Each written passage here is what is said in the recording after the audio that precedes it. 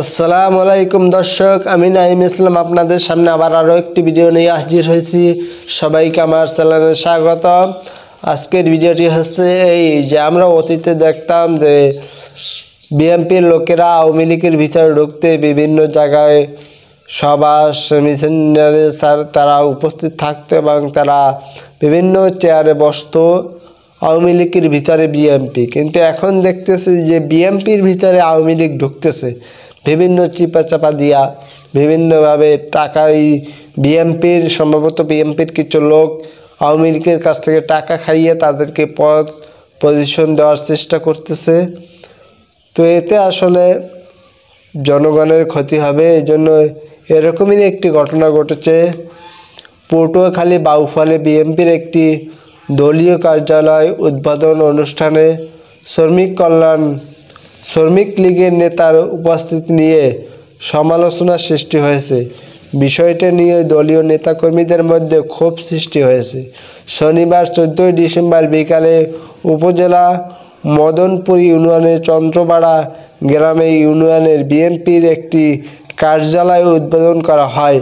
এই উদ্বোধন অনুষ্ঠানে উপস্থিত ছিলেন উপজেলা আওয়ামী লীগের শ্রমিক লীগের সাধারণ সম্পাদক আবুল কালাম। এ সময় ইউনিয়ন বিএনপির সভাপতি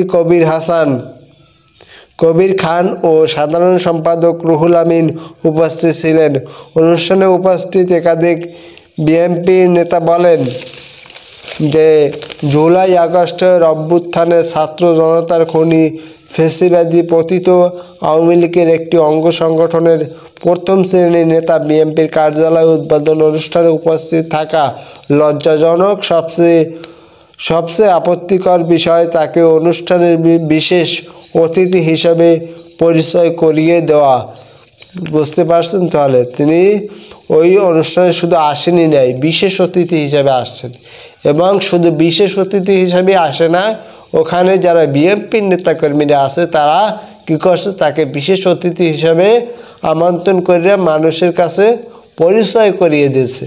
আসলে এটা কতটা লজ্জাজনক যে একজন আওয়ামী লীগের সাবেক নেতা তাকে বিএনপির একটি কার্যালয় উদ্বোধন করে সেখানে বিশেষ অতিথি হিসেবে আনে এবং জনগণের মাঝে এটা আবার পরিচয় করাই দেয়। এর কারণে বিএনপির আসলে যে জনগণের একটা ম্যান্ডেট সেটা আসলে আস্তে আস্তে একবারে তলাইয়ে যাবে। এজন্য জনগণের যে বিএনপির একটা ভালো লাগার জায়গা ছিল সেটা আসলে আস্তে আস্তে কমতেছে। তিনি স্টেজে অতিথিদের পাশে বসা ছিলেন।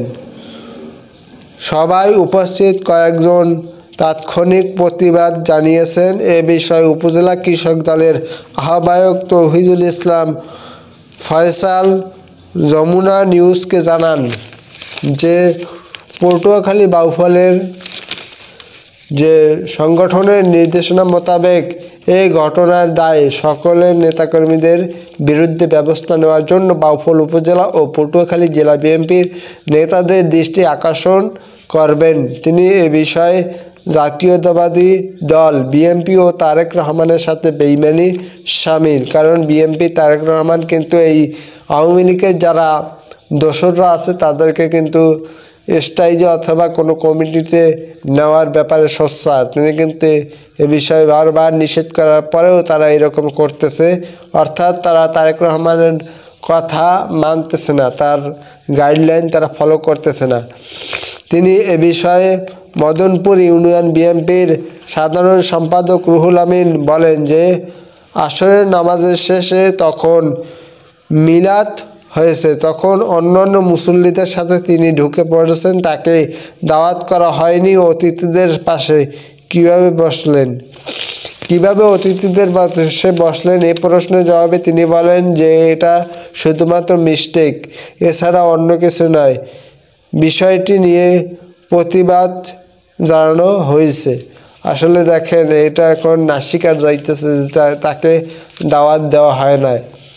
আসলে দেখেন এরকমের দাওয়াত যদি না দেওয়া হয়, একটা মানুষ হয়তো আইসা সবাই এমনি নিচে বসতে পারে, কিন্তু স্টেজে বসবে, তারপরে অতিথিদের পাশে বসবে, তারপরে তাকে বিশেষ অতিথি হিসাবে যদি দাওয়াত না দেওয়া হয়, সে ওখানে বিশেষ অতিথি হিসাবে কীভাবে থাকে?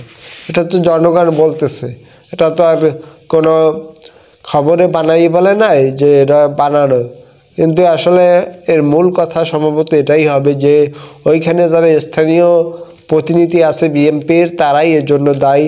তারা হয়তো টাকার কারণে তারা বিক্রি হয়ে গেছে তার কাছে, তাকে হয়তো টাকার লোভ দেখানো হয়েছে। এই কারণে যেহেতু এখন আওয়ামী লীগের যারা এরকমের নেতাকর্মীরা আছে তাদের কাছে সব টাকা, তারা কোটি কোটি টাকার মালিক।